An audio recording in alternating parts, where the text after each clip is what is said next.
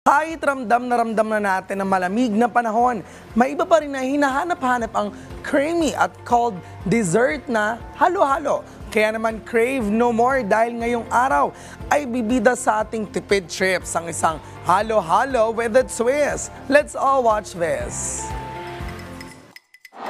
Isa sa pinakapaboritong pantanggal umay ng mga Pinoy, ang halo-halo.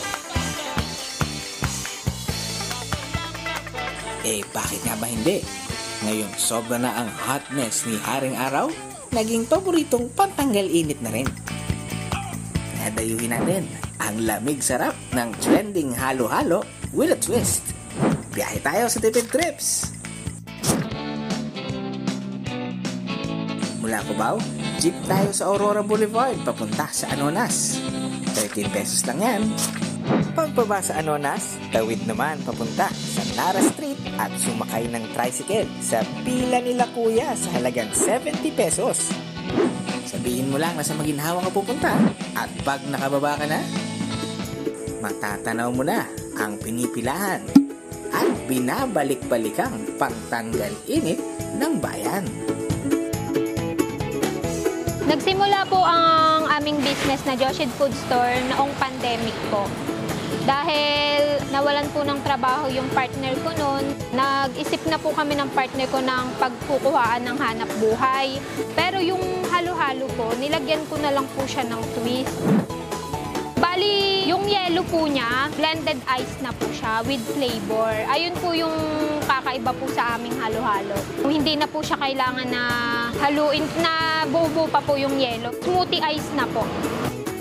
Ice po niya, yun po yung binabalik-balikan sa amin, yung cheesecake flavor po niya.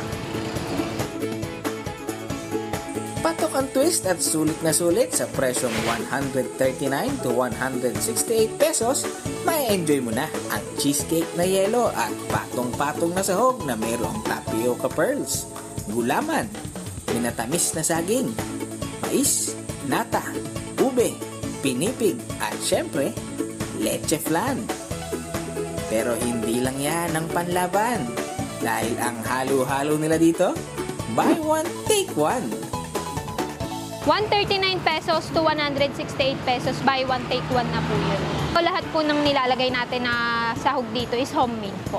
Ang binabalik-balikan po sa amin dito is yung pangmasang presyo din po. Dahil sa hindi lang sa mahal ka makakatikim ng masarap, kahit mura, affordable po siya. Open from 10 a.m. to 8 p.m. araw-araw, kaya timing na timing para sa mga laging naiinitan dyan. Dahil sa total natin ng 222 pesos lang, tanggal na ang init, wala pang bad trip. Biyahe tayo ulit sa susunod na Tipid Trips.